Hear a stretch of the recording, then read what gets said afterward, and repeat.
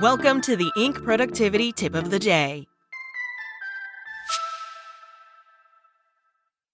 Today's tip: steal this Twitter co-founder's no homework rule to be happier and more successful at work. These days, Twitter, now rebranded X by new owner Elon Musk, may be slowly sinking under the accumulated weight of controversy and erratic management. But the company's long ago exited co-founders are doing just fine. Biz Stone, for instance, went on to help found Medium and Jelly and became an investor and philanthropist, as well as a critic of contemporary Twitter. In his book and on Medium, Stone dispenses wisdom learned from his years as an entrepreneur, and he recently wrote a post that both business owners and overworked high school students will love. His essential advice even comes with an appealing name: the no homework rule.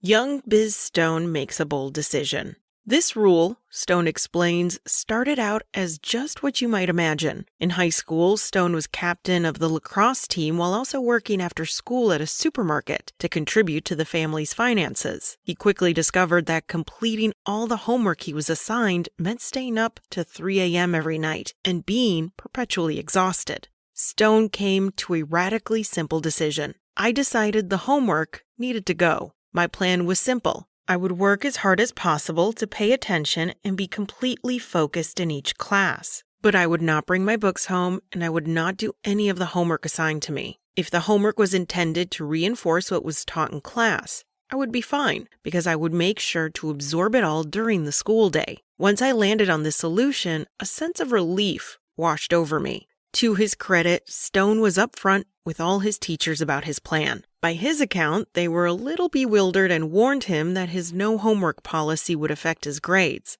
but were powerless to stop him.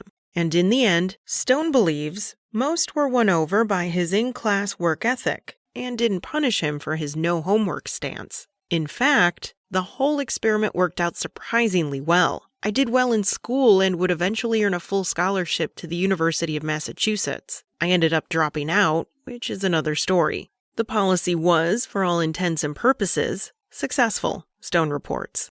The lesson for adult employees and their bosses. Before any high school students who stumble on this article get any ideas, the takeaway here isn't that every student who feels overworked and underslept should adopt this policy. Stone admits he was extraordinarily lucky to have teachers who were understanding. And I would add he was also lucky to have the sort of academic mind that could get decent grades with less work. Please do not go and tell your parents that some lady on the internet is telling you not to do your homework. That is not the lesson Stone intends for his little parable of successful high school rebellion. In fact, his message is meant for professionals and their bosses. If high school rules and systems shouldn't be sacrosanct, then neither should workplace ones.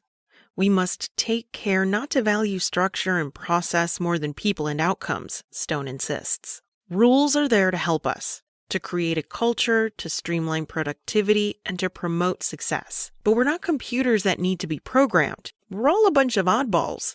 Scientifically true. Just because someone has authority doesn't mean they know better, he writes. Some workplaces are more flexible than others, of course, but Stone urges those who feel ill-served by their employer's rules to be a little bolder in trying to find a way to loosen or escape them.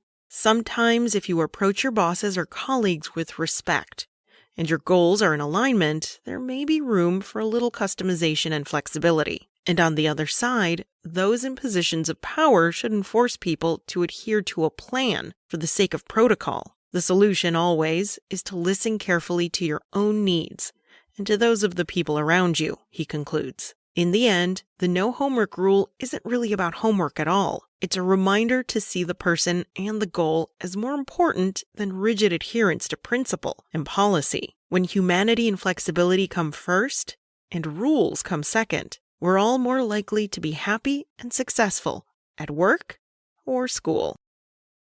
That's it from Inc. This article was written by Jessica Stillman. You can find more articles from Jessica and other business and thought leaders at Inc.com. And check back tomorrow morning for another tip from Inc.